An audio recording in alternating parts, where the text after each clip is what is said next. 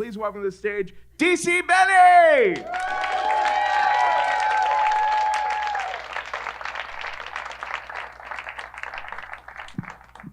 All right. Nice to be here, everybody, on the Lower East Side, right?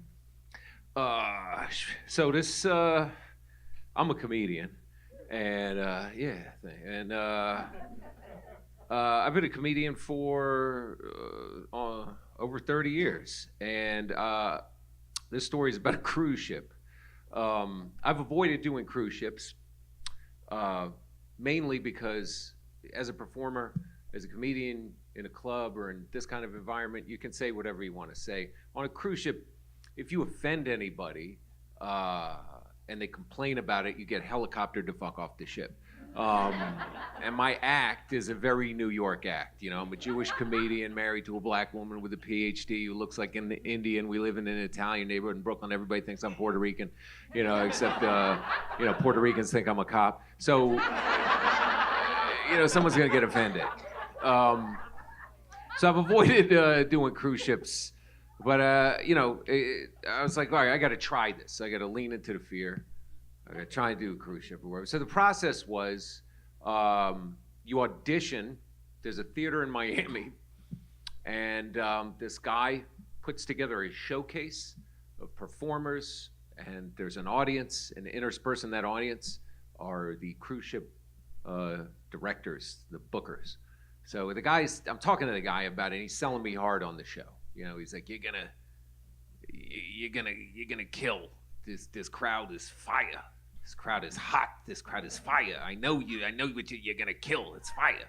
He keeps saying it over and over again. So I get there, he's totally misrepresented this crowd. I mean, it's like 500 old Jews complaining, it's hot, where's the fire exit? You know, it's like, there's a walker gets lodged in in a row of seats. You know, it takes 20 minutes to extract it. Somebody's complaining, the turkey's low salt. Yeah, I mean, it's just like, anyway. So, and I'm the only comedian on the showcase. There's myself, there's a flamenco dancer, there's a boy band, there's a piano player, and there's one of those Statue of Liberty people that just stands there for 20 minutes and does that. You know, they're painted silver.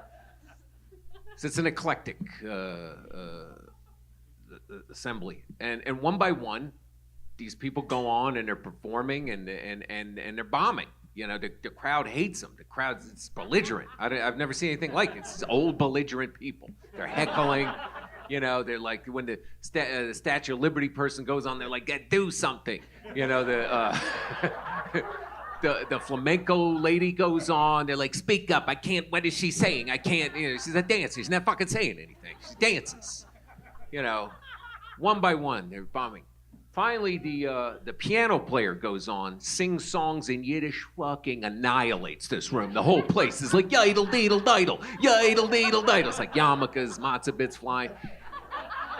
He gets off stage, a lady stands up, and it's like, I got a daughter in Queens single, and hands him a number. You know, I mean, this is how this guy has killed. You know, I got to follow this guy. It's like following Springsteen in Jersey. You know, so the cruise ship director guy who put this thing together, he comes up to me, he's like, do you have any material about being Jewish? Because that's all they're going to respond to if you don't.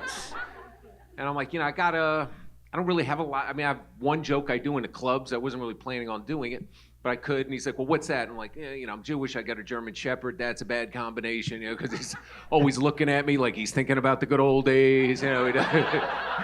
He doesn't bark. He just stands by the door when people walk by. There, your papers. Show me your papers. We never got him fixed. So he humps everything in the apartment, including my wife's leg. He always looks at me while he's doing it, like there's nothing you can do about it. Yeah, where is your Messiah now? Anyway, this joke kills in the clubs, right? It kills.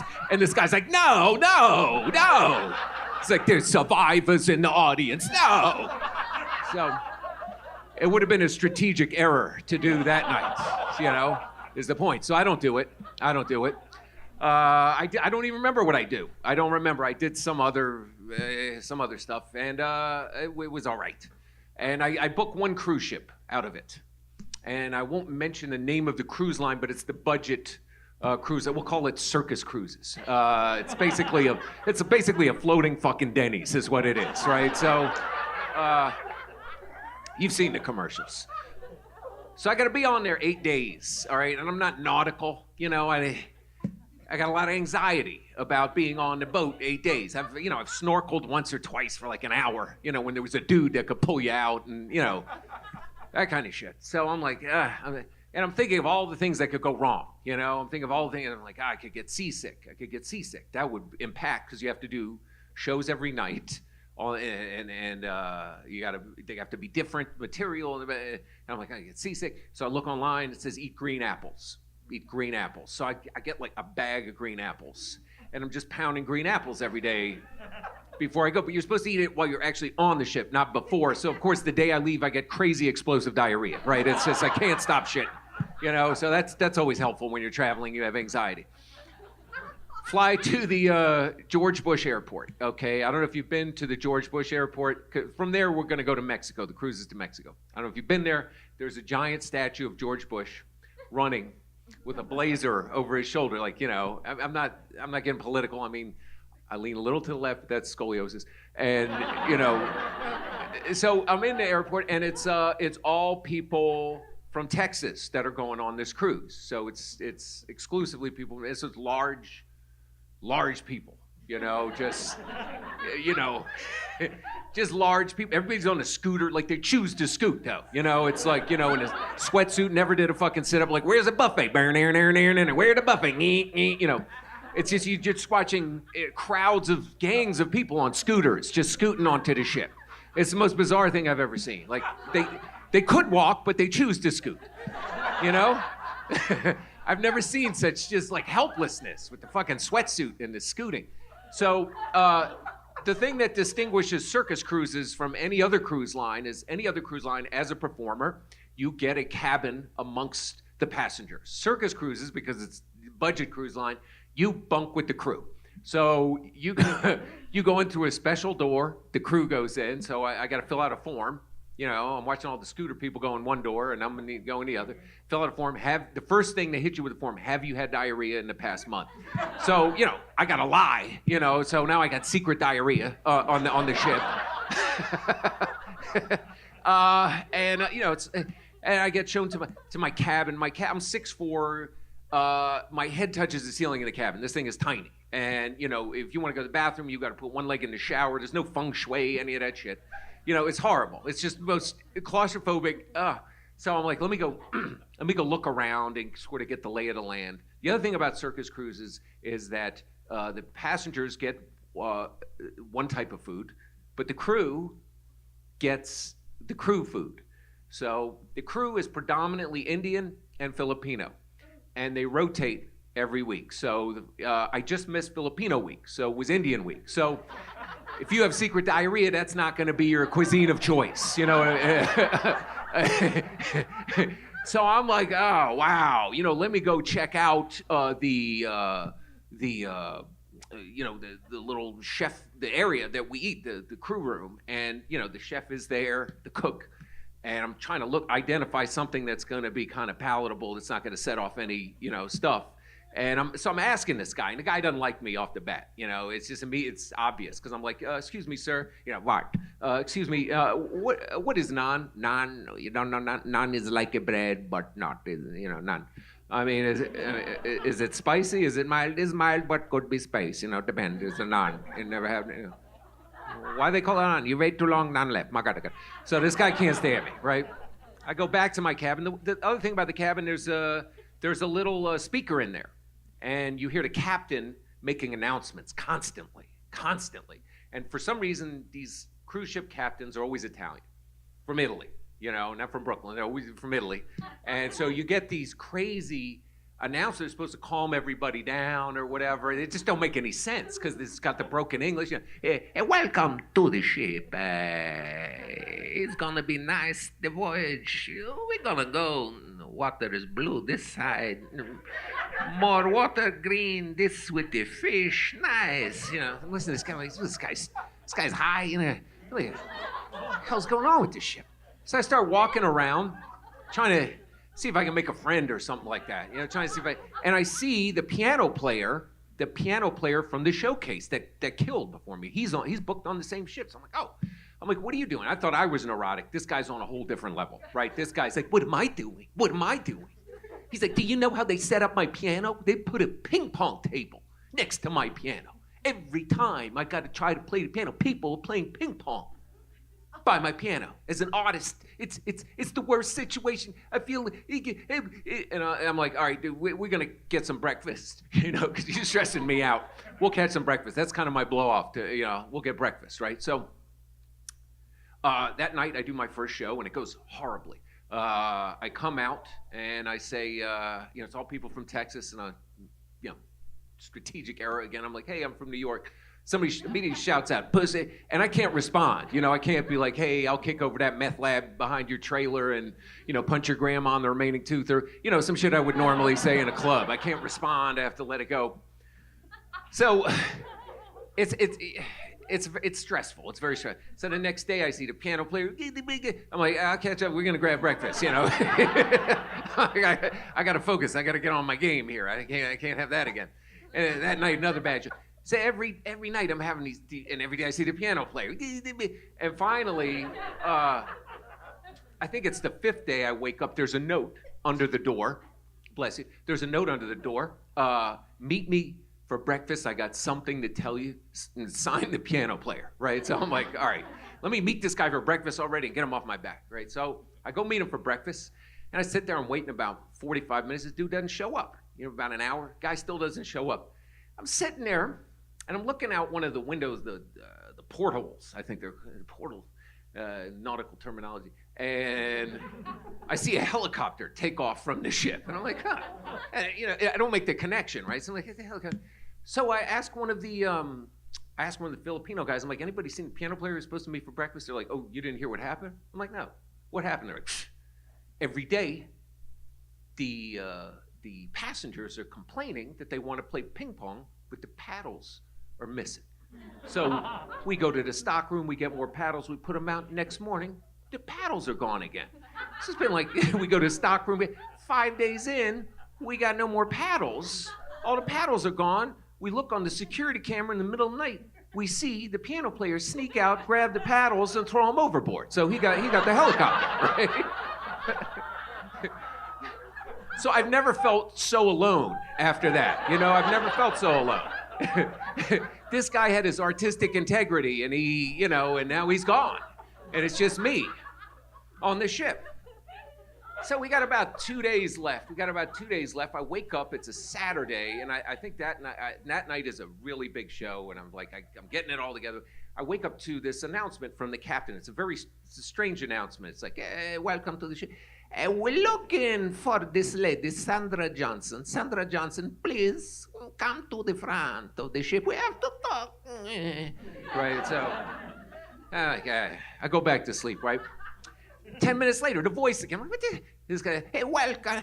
So we make an announcement for this Sandra Johnson, please coming to the front of the ship. She don't coming. Anybody see Sandra? Tell her, talk to her, tell her, come to the front of the ship. We're just gonna... It's like, another 10 minutes goes by, right? Nothing. Another announcement. Okay, so, and you could tell this guy's getting mad, but he's trying to hide it. He's trying like a parent. He's like, Sandra Johnson, you're not in trouble. We just want to talk with you. It's no big deal. It's nothing. A small item on the menu. Just come to the front of the ship, I go back to sleep. 10 minutes later, again, another announcement, and now he can't even hide it. He's like, okay, Sandra Johnson, we make announcement. You hear it. I know you hear it. And you don't come to the front of the ship. We know you're on the ship. We're going to find you. We're going to find you on this ship. We're going to find you. Everybody, all passengers, go back to the cabin. Stay in the cabin till we find this Sandra Johnson. So 4,000 people, we all got to go back to our cabins and stay in the cabins. We basically get locked in the cabins because this lady has disappeared. Well, about 4 hours later, I find out that the lady has fallen off the ship, right? That's what's happened, right? And I only know that because I pop my head out of the door. I hear two of the crew members talking. One of them's like, man, the lady fell off the ship. And the other guy's like, oh, not again, and walks off, right? So I'm like, this is unbelievable. I go back to the cabin. The captain comes on. He's like, so we're not going to find Sandra Johnson. But tonight we have comedy show. I'm like, no.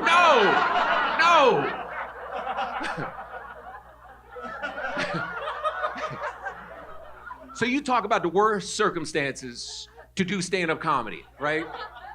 So all day, I'm like, what am I gonna do? Because they got, I mean, they have it taped off.